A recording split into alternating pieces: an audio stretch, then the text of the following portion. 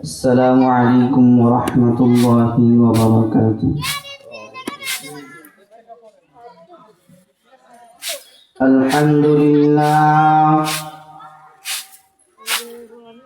Alhamdulillahilladzi ja'ala asy-syamsa wal qamara bihisban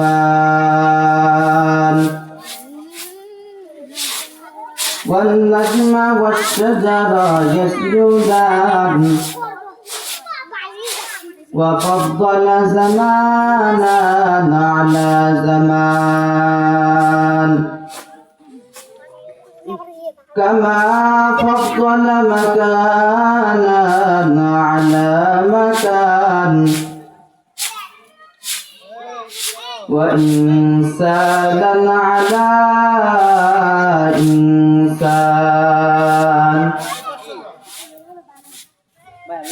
wa nashhadu an la ilaha illallah wahdahu la syarika lah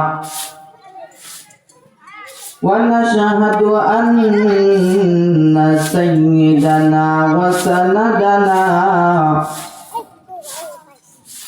wa habibana wa tabiba qulubana wa aulana wa maulana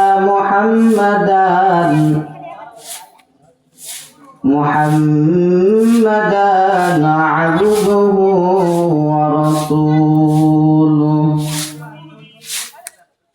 alladzi arsalahu Allah ta'ala bil haqqi basyiran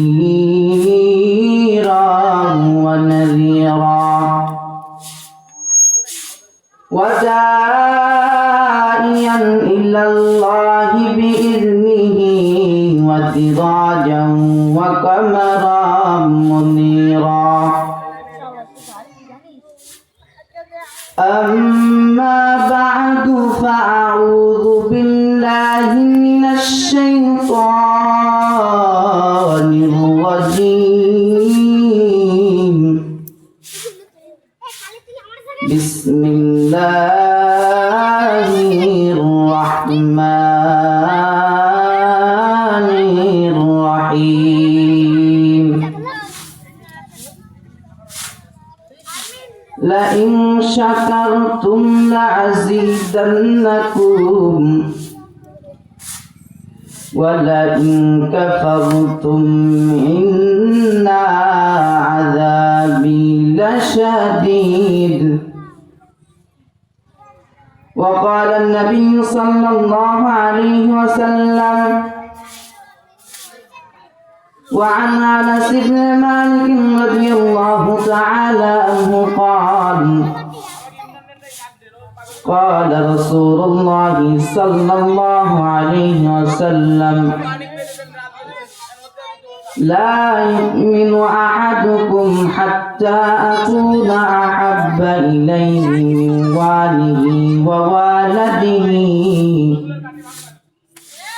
من والده ووالده والناس أجمعين. صدق الله مولانا العظيم وصدق رسوله النبي الأمي الكريم ونحن على ذلك لمن الشاهدين والشاكرين والذاكرين والحمد لله رب العالمين.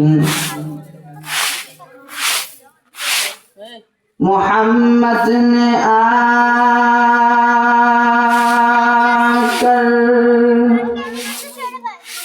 कुफ्र को मिटाया, कुफ्र को मिटाकर सदाकत बताया। बलगल उला बिकमालिही कशफत तुजा बिजमालिही حسنة جميع خصاله صلوا عليه وآله रुखसार से बरका का धारा पर्दा उठा दो रुखसार से बरका का धारा पर्दा उठा दो लिल्लाहि मुझे हुस्न खुदा दाद दिखा दो लिल्लाहि मुझे हुस्न खुदा दाद दिखा दो ऐ बहर करम सदक़ हुसैन बिन अली का ऐ बहर करम सदक़ हुसैन बिन अली का प्यासा हो मुझे शरबत दीदार पिला दो प्यासा हो मुझे शरबत दीदार पिला दो मैं दूर हो मजबूर हो ऐ सैयद आलम मैं दूर हो मजबूर हो ऐ सैयद आलम दीदार दिखाते नहीं आवाज सुना दो दीदार दिखाते नहीं आवाज सुना दो मैं सूरत यूसुफ को नहीं चाहने वाला मैं सूरत यूसुफ को नहीं चाहने वाला मैं कैसे के मानंद नहीं आशिक लैला मैं कैसे के मानंद नहीं आशिक लैला मैं आशिक मौला हूँ मेरे इश्क निराला मैं आशिक मौला हूँ मेरे इश्क निराला इन जुमला जमा दिन के तजल्ली से उजाला इन जुमला जमा दिन के तजल्ली से उजाला अल्हम्दुलिल्लाह খুলনার ঐতিহ্যবাহী ঐতিহাসিক বাবরি মসজিদ বাংলাদেশ নুরানি হাফিজিয়া মাদ্রাসার উদ্যোগে সপ্তম বার্ষিক ওয়াজ মাহফিল সর্বপ্রথম রব্বে কারিমের দরবারে শুকরিয়া আদায় করি যে রব্বে কারিম ফিতনার জামানায় আপনাকে আমাকে এই মজলিসে এসে বসার তৌফিক দান করেছে জাতির মাথার মুকুট ওরাসাতুল আম্বিয়ার মুখ দিয়ে কিছু কথা বলার এবং শুনবার আমাদের শেষ পর্যন্ত তৌফিক দান করতে জন্য সকলে বলে আলহামদুলিল্লাহ।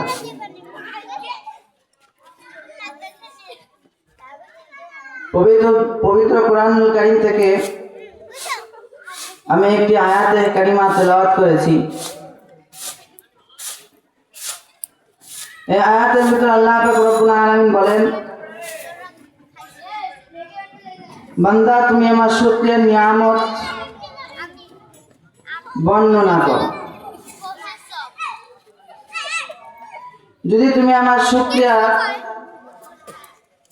যদি আমার নিয়ামতগুলি শুকরিয়া আদায় না করো তো তোমাদের জন্য রয়েছে কঠিন আযাব।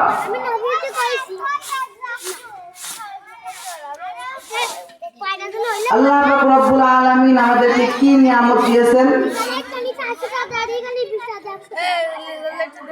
নিয়ামতগুলি বর্ণনা করা যদি শুরু করি,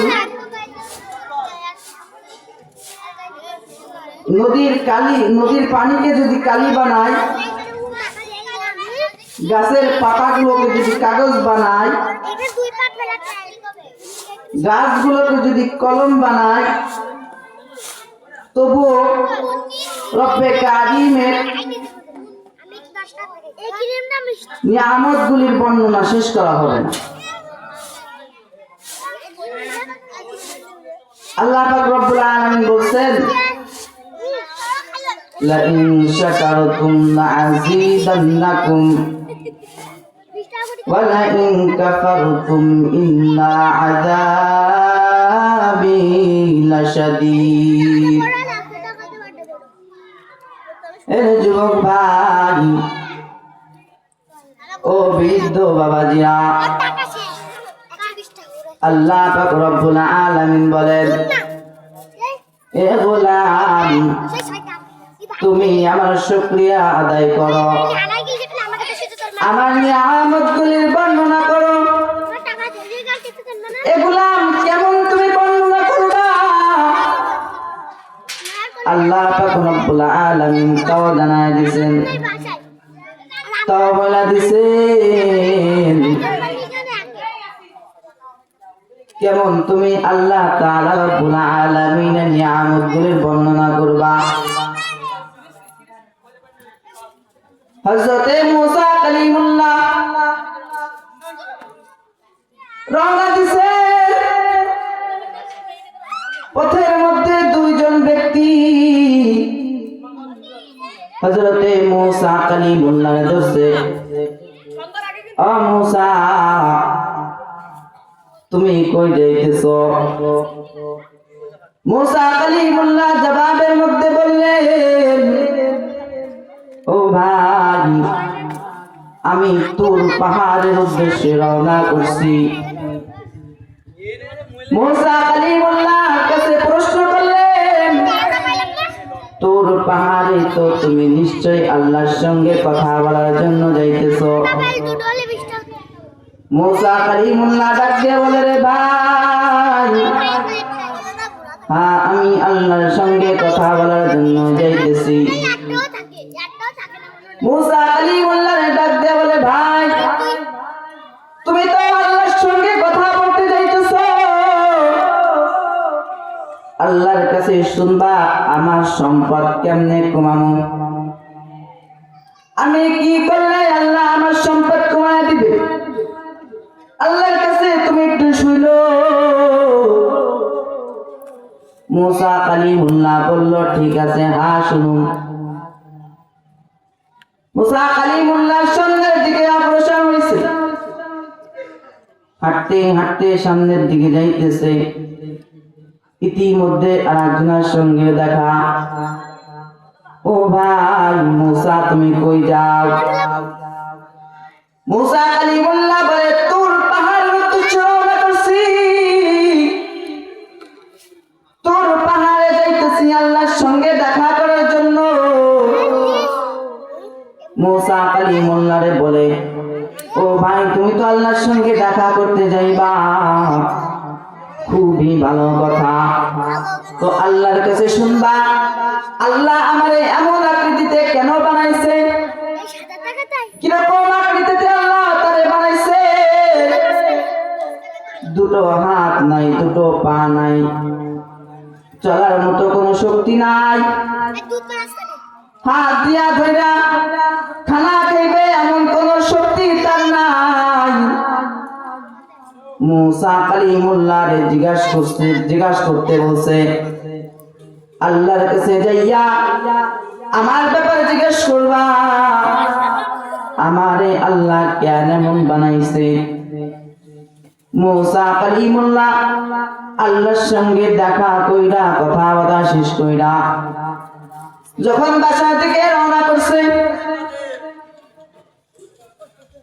প্রথম যে ব্যক্তি মুসা কালিমুল্লাহকে জিজ্ঞাসা করছিল, ও ভাই, আমি কি করলে আল্লাহ আমার সম্পদকে কমায় দিবে, তুমি একটু আল্লাহর কাছে শুনো। ওই ব্যক্তি আবার দাঁড় করাইছে।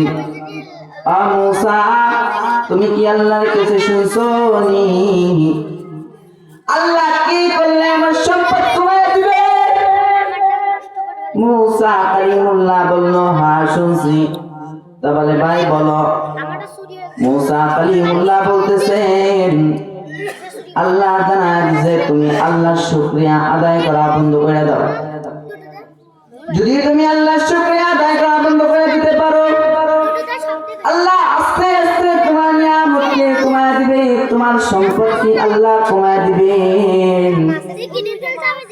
মুসা কালিমুল্লাহকে সঙ্গে সঙ্গে জবাবে বলল, আমার সম্পদ আরো বাইরে যাক, আমার কোনো অসুবিধা নাই, কিন্তু আমি আল্লাহ তাআলা রাব্বুল আলামিনের শুকরিয়া আদায়ের বর্ণনা শেষ করতে পারবো না, ছাড়তে পারবো না। মুসা কালিমুল্লাহ বললেন, তাহলে তোমার সম্পদ কমবে না? ওই লোক উত্তরে বলল, না কমলে না কমুক, আমি আল্লাহর প্রশংসা করা ছাড়বো না। সুবহানাল্লাহ। দ্বিতীয় লোক মুসা কালিমুল্লাহর কাছে জিজ্ঞাসা করলো, ও ভাই, তুমি কি আল্লাহর কাছে জিজ্ঞাসা করছিলে যে আমাকে আল্লাহ এমন কেন বানাইছে? মুসা কালিমুল্লাহ উত্তরে বলল, জাহান্নামটারে আল্লাহ বানাইছে, জাহান্নামে একটা ছিদ্র আছে, ওই ছিদ্রটারে তোমার দিয়ে আল্লাহ বন্ধ করবে। সঙ্গে সঙ্গে বলো আলহামদুলিল্লাহ।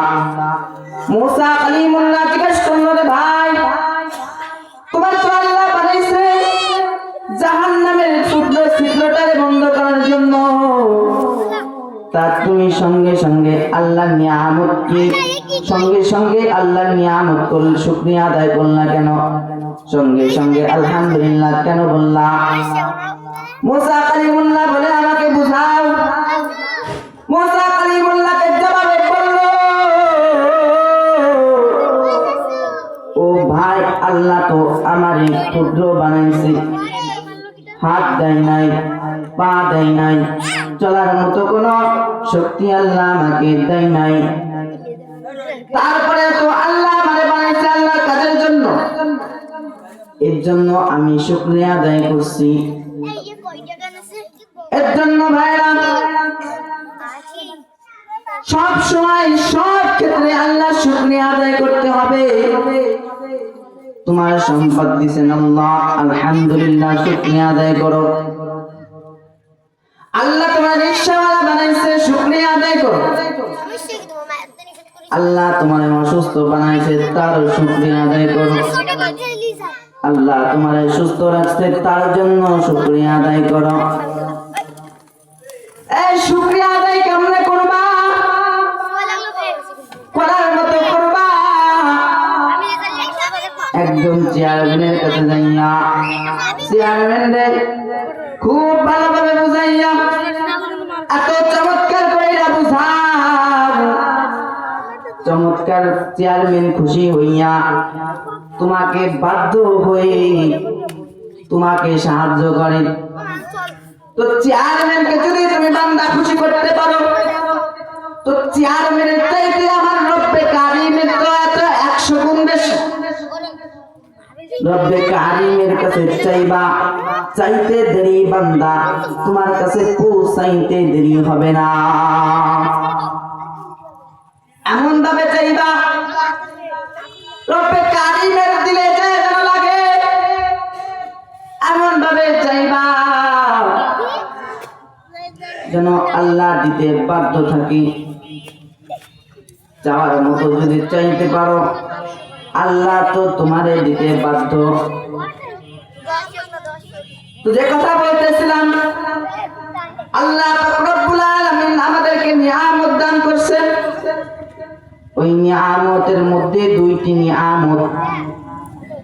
নিয়ামতের ব্যাপারে আমরা খুবই গাফেল, আমরা খুবই অলসতা করি। দুইটি নিয়ামতের ব্যাপারে রাসূলুল্লাহ সাল্লাল্লাহু আলাইহি ওয়াসাল্লাম বুখারী শরীফের হাদিসের মধ্যে বলতেছেন নি'মাতানি মাকবুলুন ফীহিমা কাসীরুম মিনান নাস। মানুষ দুইটা নিয়ামতের ব্যাপারে বড়ই অলসতা করে, বড়ই গাফেল, বড়ই ক্ষতির মধ্যে রয়েছে। তার মধ্যে এক নাম্বার ওয়াসিহাত, একটা হলো সুস্থতা। আল্লাহ যে আমাকে সুস্থ রেখেছে এটা কার নিয়ামত? এটা আল্লাহর নিয়ামত। আল্লাহ আমাদেরকে সুস্থ রেখেছেন,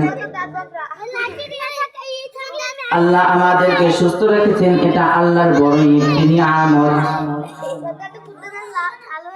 এই যুবক ভাই, আজকে তুমি সুস্থ আছো, আমরা তো হতে পারো কালকে তুমি প্যারালাইসিস হয়ে যাইতে পারো, পারে কি পারেন না? অবশ্যই পারেন। আজকে তুমি একা একা হাঁটতে পারতেছো, এমনও তো হতে পারে আল্লাহ তোমার হাঁটার শক্তিকে কায়দা নিয়া তোমাকে বিছনায় শোয়া দিতে পারে। এমনও তো হতে পারে তোমার দুইটা হাত আল্লাহ নিয়ে নিতে পারে। এমনও তো হতে পারে তোমার পা, যা দিয়ে তুমি চলো, যা দিয়ে তুমি এই জমিনের বুকে মাস্তানি করো, যা দিয়ে তুমি এই জমিনের বুকে হাঁটতেছো, হাইটা হাইটা, কে মুরব্বী, কে বাবা, কে তোমার বয়সের বড়, দেখার সময় নাই। যেখানেই পাও সেইখানে বিয়াদবি করো, এমন আছে না নাই? অবশ্যই আছে। এই যুবক ভাই, দিলের কানটা লাগায় শুনো, দিলের কানটা লাগায় শুনলে যুবক, যেদিন তোমার হাঁটা বন্ধ হয়ে যাবে সেদিন বুঝতে পারবা পার মর্ম কি ছিল। আল্লাহ তোমারে এত চমৎকার ভাবে হাঁটতে দিছিল, এত চমৎকার দুইটা পা দিছে, যে পা দিয়া তুমি হাঁটতেছো। তোমাকে দুইটা হাত দিছে, এই হাত দিয়ে তুমি খানা খাইতেছো, এই হাত দিয়ে তুমি আল্লাহর ইবাদত করতেছো, এই হাত দিয়ে আবার গুনাহ করতেছো। আল্লাহ তো একবারও তোমার হাত দুইটারে নিয়ে নেয় নাই। আল্লাহ বলছে বান্দা তোরে সুযোগ দিলাম, তুই গুনাহ করবি, আবার আমি আল্লাহর কাছে তওবা করবি, আমি আল্লাহর মন বড় খুশি হয়ে যাবে, আমি আল্লাহর মন বড় খুশি হয়ে যাবে, আমি আল্লাহ তোকে মাফ করব। বান্দা তুই গুনাহ করবি, আবার আমি আল্লাহর কাছে মাফ চাবি, আবার আমি আল্লাহ তোরে মাফ করব। আল্লাহ তো এইটারই পছন্দ করেন। আমরা গুনাহ করব, আল্লাহর কাছে তওবা করব, আল্লাহর সঙ্গে সঙ্গে আমাদের গুনাহগুলোকে মাফ করে দিবেন। এ ভাই, যে কথাগুলো বলতেছিলাম, এক নাম্বার হলো আল্লাহ পাক রব্বুল আলামিন সুস্থতার নিয়ামত দিয়েছে। দুই নাম্বার হলো সময়ের মূল্য দিতে হবে।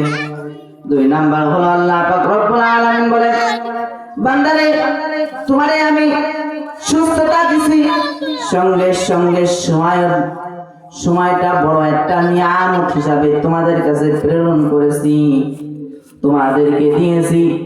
এই সময়ের মূল্য তোমরা দাও। এই সময়ের মূল্য যদি দিতে পারো, কাল কিয়ামতের ময়দানে আমি আল্লাহ তোমাকে এই নিয়ামত, এই সময়ের মূল্য যে তুমি দিয়েছো এর প্রতিদান দিব। কিয়ামতের ময়দানে আল্লাহ পাক রব্বুল আলামিন এই যে আমরা সময়কে মূল্যায়ন করছি, এর বিনিময়ে আল্লাহ আমাদেরকে কিয়ামতের ময়দানে এর প্রতিদান দিবেন। এর জন্য বলি ভাই, যে সময়টুকু আমরা অবসর থাকবো, আসরের পরে কাজ নাই, আল্লাহর জিকির করতে থাকি।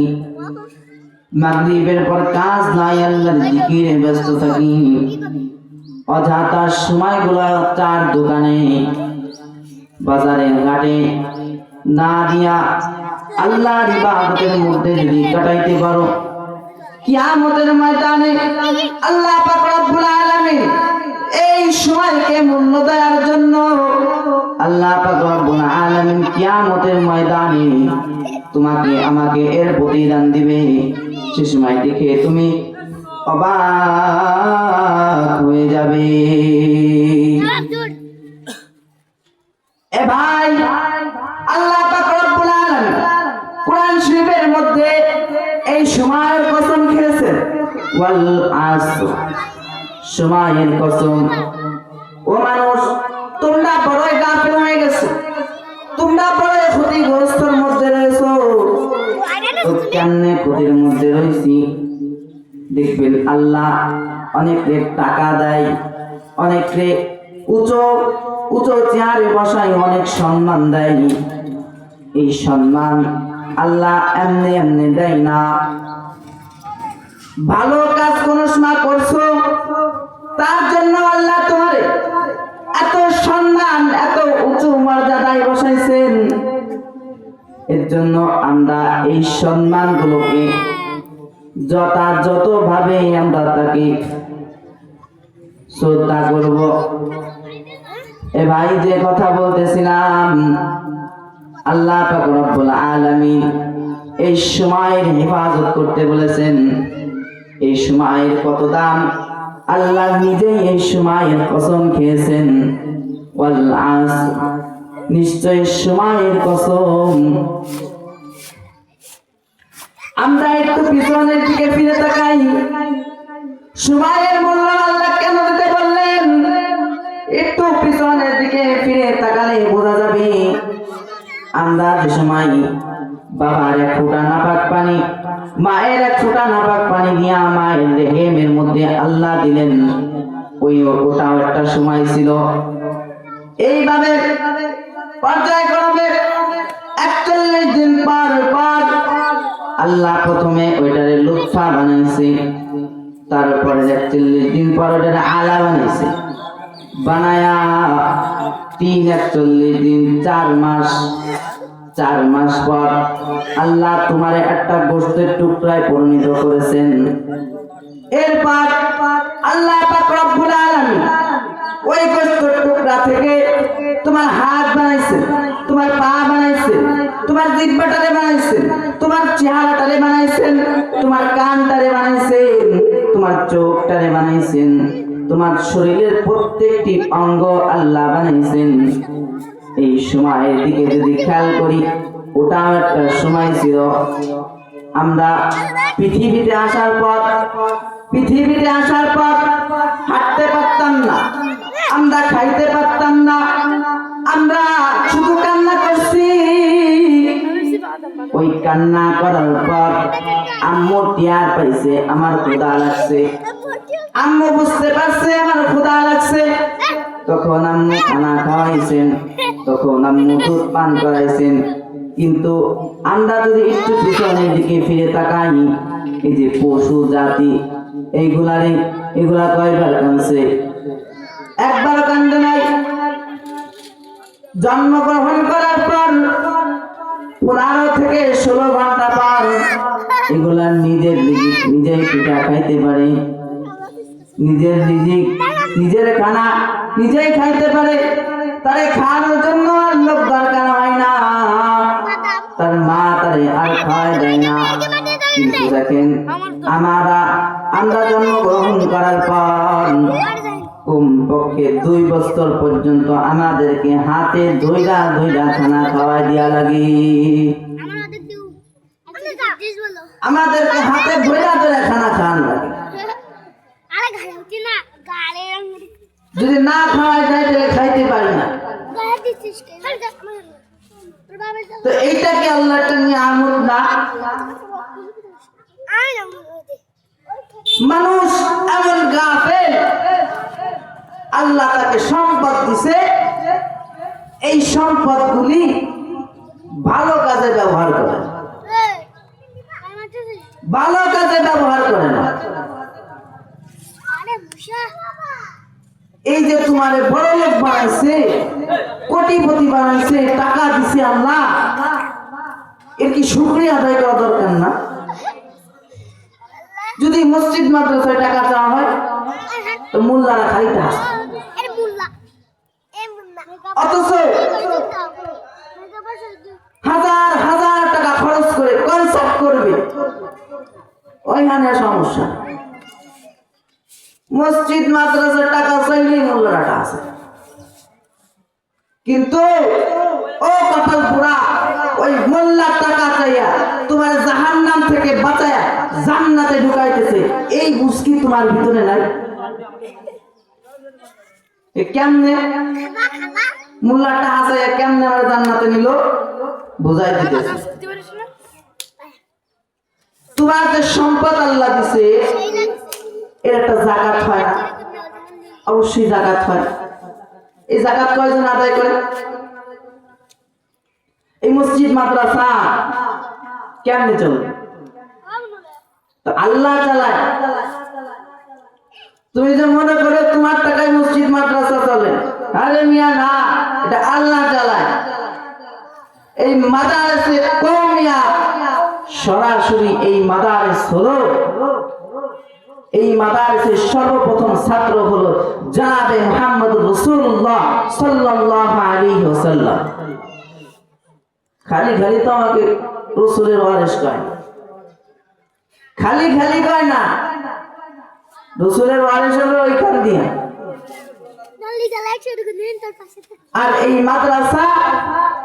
মাদ্রাসার সর্বপ্রথম ছাত্র রাসূল, আর এই মাদ্রাসার সর্বপ্রথম হয়েছে হীরার গুহার ভিতরে শিক্ষক ছিলেন সেদিন হযরত জিবরাইল আলাইহিস সালাম।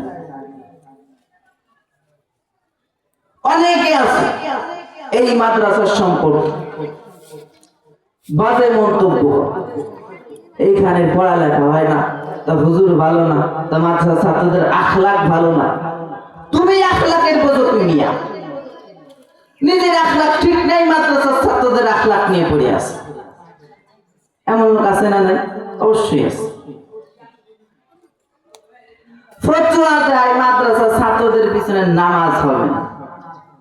চুরি করছে না ডাকাতি করছে ওরা, যোগের পিছনে নামাজ হবে না। যারা মাইকের আওয়াজ শুনতেছেন ডাক করেন না, বাস্তব কথাগুলো বলতেছি, বাস্তব কথাগুলি আপনাদের সামনে বলতেছি। এরকম কথাগুলো আমাদের কানে আসে, সে সময় বুকটা ফেটে যায়। কারণ এই মাদ্রাসা তো আমার একার না, এই মাদ্রাসা তো মুহতামিম সাহেবের একার না, এই মাদ্রাসা তো এই কমিটির একার না, এই মাদ্রাসা পুরো এলাকাবাসী। জান্নাতে যাওয়ার সময় মুহতামিম সাহেব একা যাবে, কিংবা এই যে মাদ্রাসা মসজিদ কমিটি এরা একা যাবে, ওরা যাবে না। অবশ্যই যাবে না। সেদিন কবে না আমিও দিয়েছিলাম টাকা মসজিদ, জান্নাতে তোমরা একা যাবে, আমারও নিয়ে যাও। এর জন্য ভাইরা আমার খেয়ালটা আমার দিকে লাগান। আল্লাহ আপনারে টাকাওয়ালা বানাইছেন, টাকাওয়ালা হইয়া আল্লাহকে ভুলেন না। আপনার চাইতে হাজার গুণ বেশি সম্পদ ছিল বাচ্চা জুলকারনাইনের, আপনি তো কেমন টাকাওয়ালা হইছেন? আপনার চাইতে হাজার গুণ বেশি টাকা ছিল বাচ্চা জুলকারনাইন। এই বাচ্চা জুলকারনাইন তার মৃত্যুর আগ মুহূর্তে তার যে সেনাপতি ছিল তার ডাকছে, সেনাপতির ডেকে বলে, আমার সেনাপতি খেয়াল করে শুনো, আমি যেদিন মারা যাব, আমি মারা যাওয়ার পর তোমরা আমার যে সময় লাশটারে নিয়ে যাবা, নিয়ে যাওয়ার সময় রাস্তার দুই পাশ দিয়া প্রহরীদেরকে দাঁড় করা দিবা। তাদেরকে দাঁড় করা আমার সম্পদগুলি, আমার যত টাকা আছে, যত মুদ্রা আছে, তাদের হাতে দিবা। আমার লাশটা যে সময় নিয়ে যাবে, ওই সময় ওই মুদ্রাগুলা যেন আমার গায়ে ছিটায়া ছিটায়া দেয়। ও ভাই, একটু ভালো করে বুঝবেন, বাচ্চা জুলকারনাইন তিনটি ওসিয়াত করছিলেন সেদিন। এক নাম্বার ওসিয়াত ছিল,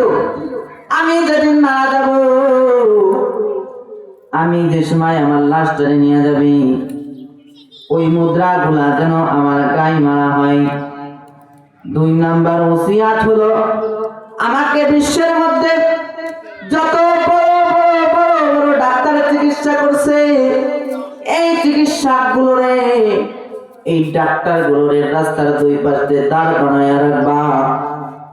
3 নাম্বার ওসিয়াত আমার লাশটারে সময় নিয়ে যাবে আমার কাপড়ের মধ্যে দিয়া আমার হাত দুইটারে বার কইরা ঝুলাইয়া ঝুলাইয়া নিয়ে যাবা। এতে বাচ্চা জুলকারনাইন বুঝাইতে চাইছেন ও দুনিয়ার টাকাওয়ালারা, টাকার পিছনে ছুটনেওয়ালা মানুষগুলা, তুমি টাকা পাইয়া আল্লাহরে বলছো আমি জুলকারনাইনের টাকা ছিল, আমি জুলকারনাইন বড় বড় বাচ্চাদের লিডার ছিলাম, আমি জুলকারনাইন পুরো পৃথিবীর শাসন করছি, আমি জুলকারনাইন চলে যাইতে হইতেছে, তোমারও চলে যাইতে হবে। এর জন্য যাওয়ার আগে পরকালের কিছু সামানা ও ভাই কিছু সামানা গুছাও। বাচ্চা জুলকারনাইন এটা বুঝাইতে চাইছেন। তার 1 নাম্বার ওসিয়াত ছিল আমি এই সময় মারা যাব, মারা যাওয়ার পর রাস্তার 2 পাশে প্রহরীদেরকে দাঁড় করাইয়া আমার লাশের উপরে মুদ্রাগুলা ছুড়বা। এতে আমি দুনিয়াওয়ালাদেরকে বুঝাইতে চাই ও দুনিয়াওয়ালারা, তোমরা যে সম্পদের বড়াই করতেছো, যে সম্পদ করতেছো, এই সম্পদ তো তোমার কবরে যাবে না। ও ভাই একটু চোখটা বন্ধ কইরা দিলের কানটা লাগায় শুনো, তুমি যেদিন মারা যাবা হয়তো 3 দিন 4 দিন 5 দিন 6 দিন 1 মাস তোমার বিবি বাল বাচ্চা কাঁদবে, তারপরে আস্তে আস্তে তোমাকে সবাই ভুলে যাবে, কেউ মনে রাখবে না। তোমার পরকালের সামানা ও ভাই তোমার গুছাইতে হবে, তোমার বিবি গুছাইয়া দিবে না, তোমার সন্তানরাও তোমার ওই সামানা গুছাইয়া দিবে না। এর জন্য বাদশা জুলকারনাইন বোঝাইতে চাইলেন তোমরা এত সম্পদ করো, এই সম্পদ কিন্তু তোমার কবরে যাবে না। তার 1 নাম্বার ওসিয়াত ছিল আমি যে সময় যাব প্রহরীরা যেন আমার লাশের উপরে মুদ্রাগুলো ছুঁয়াই। তার 2 নাম্বার ওসিয়াত, সে 2 নাম্বার ওসিয়াত করছিল যত বড় বড় চিকিৎসকরা আমার চিকিৎসা করছে সবাইকে রাস্তার 2 পাশে দাঁড় করাইবা। এ ভাই এতে বোঝাইতে চাইছে বাঁচানের মালিক একমাত্র রব্বে কায়নাত, বাঁচানের মালিক একমাত্র আল্লাহ, আল্লাহই বাঁচাইতে পারেন।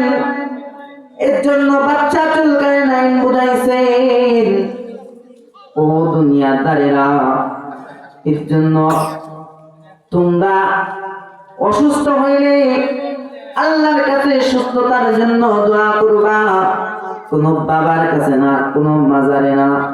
অনেকের সন্তান হয় না, চলে যায় বাগেরহাট শাহজালালের মাজারে, যাইয়া ওইখানে যাইয়া বাবার কাছে সন্তান চাই। আহারে কপাল পুরা মুসলমান, সন্তান তো চাওয়ার জায়গা ওইটা না, সন্তান চাওয়ার জায়গা তোমার ঘরের মধ্যে 2 রাকাত নামাজ পড়া আল্লাহর কাছে 2টা হাত তুলে বলবা আল্লাহ আমারে সন্তান দান করেন।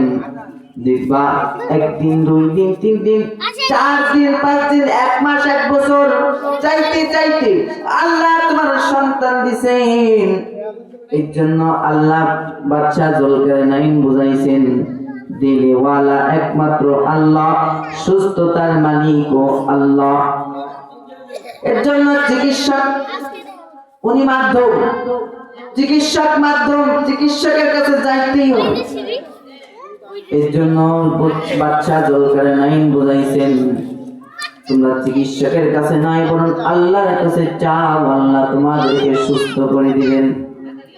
2 নম্বরে বুঝাইছেন, 3 নম্বরে বুঝাইছেন আমার এত সম্পদ, আমার এত টাকা, কিন্তু আমি যাইতেছি ওই মাটির দেশে, ওই পরের দেশে, ওই পরকালের দেশে আমার যাইতে হইতেছে খালি হাতে। এর জন্য বাচ্চা জুলকারনাইন বুঝাইতে চাইছেন, আমি যাইতেছি, আমার লাশের দুইটা হাত বার করে দিবা, যারা লোকজন বুঝতে পারে খালি হাতে আসতে হবে, যাইতেও হবে খালি হাতে। এর জন্য ভাই মাগরিবের আজান হবে একটু পরে, আমরা যারা আশপাশে ঘোরাফেরা করতেছি ঘোরাফেরা বন্ধ করে দিয়া উত্তম হবে, সবচাইতে ভালো হবে এই জান্নাতের বাগানের মধ্যে এসে বসে যাও। সবচাইতে উত্তম জায়গা এটা, চাইলেই সম্ভব হয় না, প্রত্যেক দিন যায় বসতে পারবা না। এই জান্নাত প্রত্যেক দিন পাবে না, একদিনই বসছে। তো আমাদের কারো যেন মিস না, এই যে এখানে বসলে নিয়ামত বর্ষণ হইতেই থাকে, এটা যেন কারোর মিস না। যদি মিস হয় তো তোমার মতো কপাল গুলা তোমার একটাও নেই। তুমি কনসার্টে চলে যায় সবার আগে সিয়াটা দখল করতে পারো, আরে মাহফিল হচ্ছে এই নিয়ে তুমি বসতে পারো না, তোমার মতো কপাল গুলা আছেন। এর জন্য এখনই আজান হবে, আমরা সবাই আগে ভাগে সেখানে বসে যাব নামাজ পড়ে। তো যে কথাগুলো বললাম আল্লাহ আমাদেরকে বোঝার তৌফিক দান করুক, পাশাপাশি মাদ্রাসার প্রতি আমাদেরকে নেক নজর বাড়াইয়ে দিক। ওয়াখির দাওয়ানা আলহামদুলিল্লাহি রাব্বিল আলামিন। আসসালামু আলাইকুম ওয়া রাহমাতুল্লাহি ওয়া বারাকাতুহু। মাশাআল্লাহ ভালো হয়েছে, একটু ধীর হয়েছে, কোনো অভ্যাস হয়ে যাবে। ভাই স্ট্যান্ডটা একটু সোজা করে দিয়ে, হ্যাঁ নালে এই ভিডিওটা অফ করে দেন। ঠিক আছে ভাই, আর একটু উঁচু করে